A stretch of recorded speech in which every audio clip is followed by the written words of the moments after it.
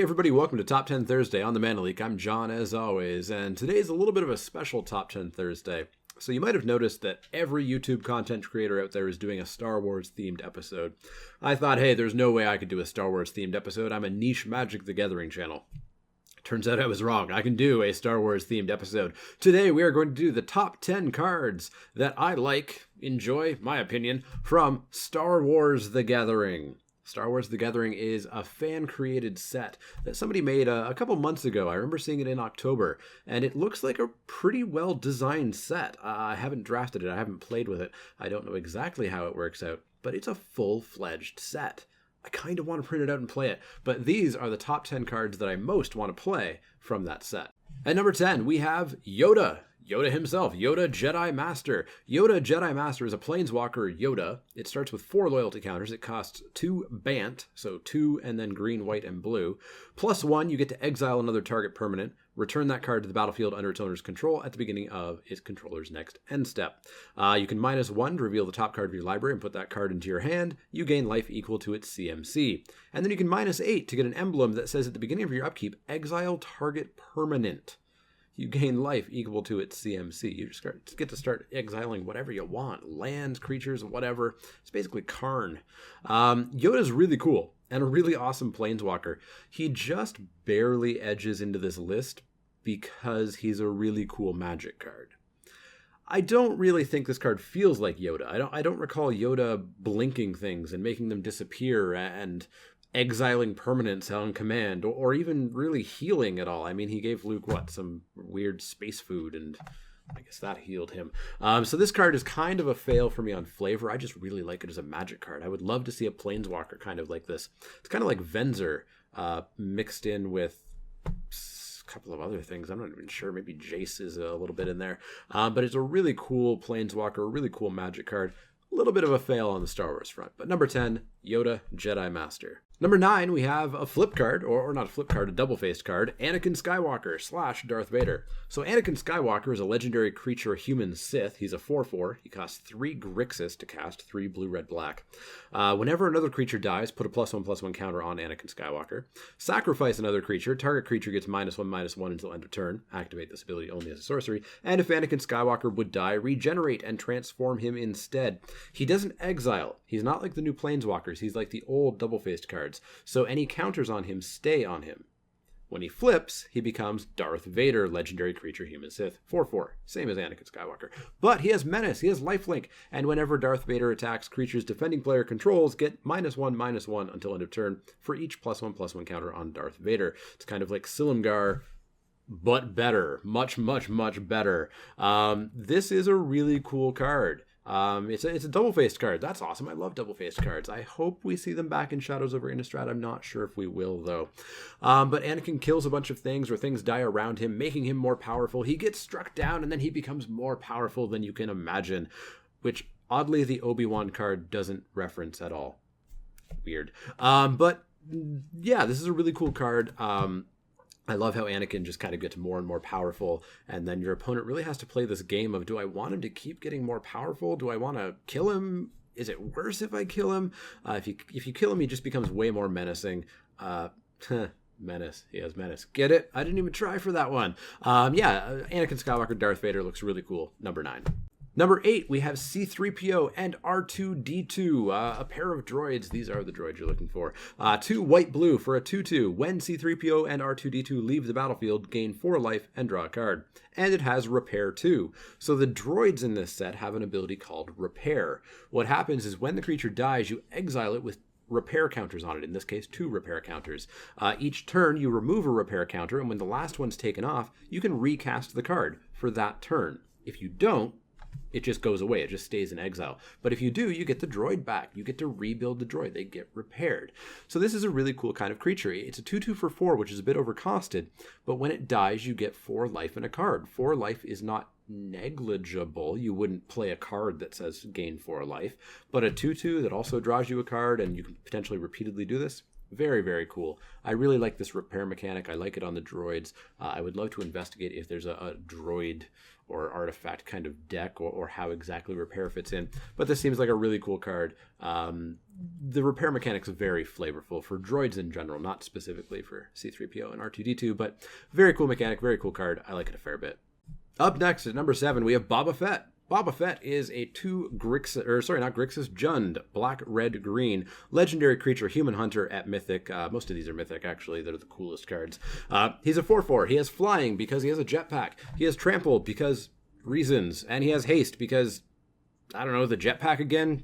Reasons. When Boba Fett enters the battlefield, put a bounty counter on target creature an opponent controls. He has bounty, which is another mechanic in this set. It's kind of like heroic. It's not a keyword. It's just an indicator word. It indicates something happens. So whenever a creature an opponent controls with a bounty counter on it dies, untap all creatures you control. If it's your turn after this phase, there is an additional combat phase followed by an additional main phase. That's really cool. There's a whole lot of cards that do bounty. There are some cards that put bounties on creatures on demand by tapping or paying for it. I think there's a Planeswalker that does it even. So you could actually potentially chain these up so that you are attacking, killing a creature with a bounty, attacking again, killing another creature with a bounty, attacking again, and I think that would be really, really cool. Boba Fett is just a really cool creature. He's powerful on his own, a 4/4 flying trample haste. Nothing to, just ignore. Pretty damn deadly there. But the bounty effect and the additional combat phases is really cool. So, Boba Fett. Next up at number 6, we have Admiral Ackbar. He's 4 blue for a legendary creature, Calamari Rebel, because of course the squid race was called Calamari, because that was a totally meta joke. Anyways, he's a 3/3. Creatures you control have spaceflight and are starships in addition to their other types. Spaceflight is flying in Star Wars The Gathering. Creatures that have spaceflight can only block or be blocked by creatures that have spaceflight. So I guess it's not exactly blocking because it's more like the Stratus Walk sort of flying. And also, whenever 2 or more starships you control attack, draw a card. This is just a really cool card. Giving your entire team flying is pretty darn powerful. There was the archetype that gave flying to all your creatures, and it was a good archetype. Being able to draw extra cards whenever 2 of your creatures attack, very cool as well. I just enjoy the idea of Admiral Ackbar kind of cramming all of your creatures into spaceships, even if those creatures are Womp Rats and Tauntauns. They could probably fly an X-Wing, right? Anyways, number 6, Admiral Ackbar. Number 5, we have Star Destroyer. Star Destroyer is a 4 blue, black, red, so 4 and a Grixis, artifact creature starship. It's a 6/6. It has spaceflight, meaning it can only be blocked or block other creatures with spaceflight. It then does a whole bunch of things. For 3 and a blue, you can draw a card. For 2 and a black, you can put a 1/1 black starship artifact creature token with spaceflight named TIE Fighter onto the battlefield. For 2 and a red, Star Destroyer can deal 2 damage to target creature or player. This is battlecruiser magic, except you don't have to build the battlecruiser, you just have to play the battlecruiser, literally. This one's super, super, super flavorful. I really like it. It draws you cards, which feels like a capital ship ability, whether that be because it's gathering information or observing the battle or whatever. It feels like something a capital ship would do. 2 and a black, to pop out a TIE Fighter, that's exactly what Star Destroyers do. They pop out TIE Fighters. They send TIE Fighters off into battle. Very flavorful ability. Or for 2 and a red, you can just shoot things. Star Destroyers have lasers. They have a lot of laser turrets. They just shoot things left and right, be that players or creatures. That mana cost, though, 4 Grixis. Wow, it's a 7-drop. You are paying for this card. But you would have to. I mean, it's a 6/6 flyer on its own. That's already pretty darn big. But the abilities are just cool. Super flavorful card. Really like it. Number 5, Star Destroyer. Next up at number 4, we have the Battle of Hoth. This is one of a 5-card cycle. There's the Battle of Yavin, the Battle of Endor, the Battle of a couple of other ones I don't remember. They might have been prequel ones, which is why they didn't really resonate with me. But Battle of Hoth is XX, white for a sorcery. Put X 4/4 white artifact AT-AT creature tokens onto the battlefield with, when this creature dies, put 3 1/1 white trooper creature tokens onto the battlefield. This is Entreat the Angels, basically, without the miracle. And instead of getting 4/4 flying angels, you get 4/4 ground AT-ATs that when they die explode into 3 1/1s. So they become 3/3s basically. Not super flavorful from the movies, because of course you didn't really see troopers jumping out of the AT-ATs when they fell down, but they totally could have, because the AT-ATs didn't explode into flames. I think there was some fire, but they didn't explode. They just sort of fell down. And the troopers totally could have hopped out and joined the battle, kind of like Star Wars Battlefront almost. But really cool sort of flavorful card of the AT-ATs being a transport for the creatures that are inside of it, the 1/1 troopers. Also just a really powerful card.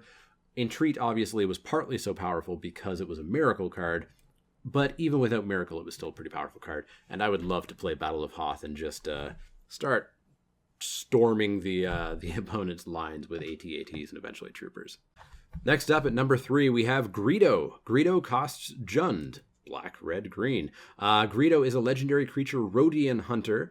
He is a 6/4, which seems pretty big for a 3-drop, so there must be a downside, right? Well, there is a big downside. Creatures blocking or blocked by Greedo have first strike, because of course Greedo did not shoot first. He also has bounty. Whenever a creature an opponent controls with a bounty counter on it dies, Greedo gains first strike until end of turn. So Greedo's opponent is always going to have first strike. Sometimes he'll have first strike and he'll get to do damage as well as the opponent, but generally Greedo is just going to die.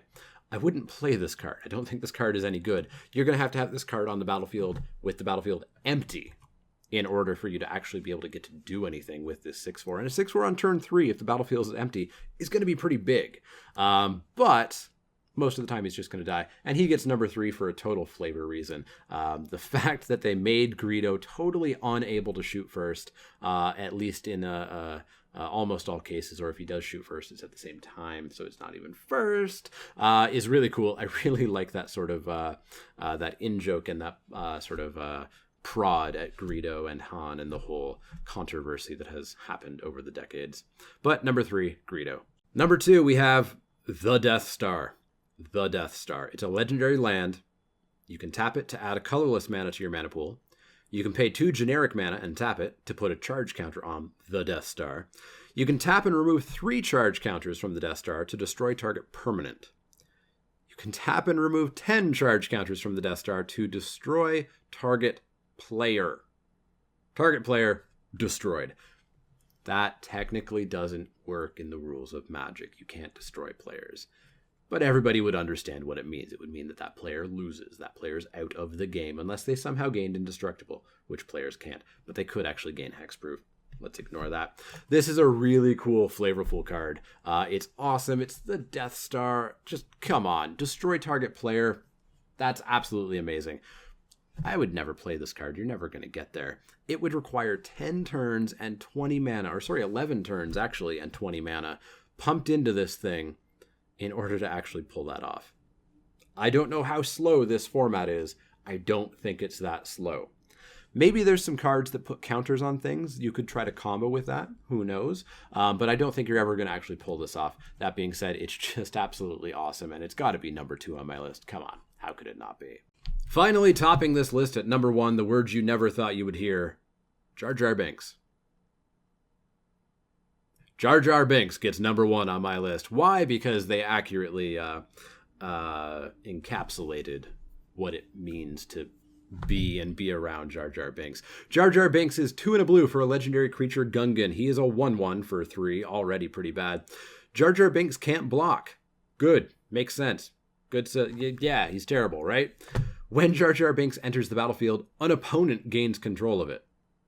So you don't even keep Jar, you give it to somebody else. At the beginning of combat on your turn, which is going to be the owner that you gave Jar to, tap the creature you control with the highest power. If 2 or more creatures are tied for the greatest power, you choose one of them. So you play Jar, and then you give Jar to somebody else. Jar can't block, so they can't just throw him under the bus. And Jar is going to keep their best creature tapped down every single turn. Jar is a terrible person. Jar is a terrible thing to have around. We all know that. We've known that for years. And now we have a Magic card version of Jar that confirms just how terrible he is. This had to be number 1. It's a hilarious card, and it's actually a really good card. It's not good for the person who ends up controlling it, but it's good for the person who casts it. I love how much they clearly took the Jar Jar hate and ran with it and made a really cool functional card with it that, really accurately portrays how useless and dumb and stupid he is and how much everybody hates him. Because, of course, your opponent is going to hate him and desperately be looking for a burn spell or a kill spell or something to kill what has become one of their own creatures. But number one, the word you'll never hear in most lists anyways is Jar Jar Binks.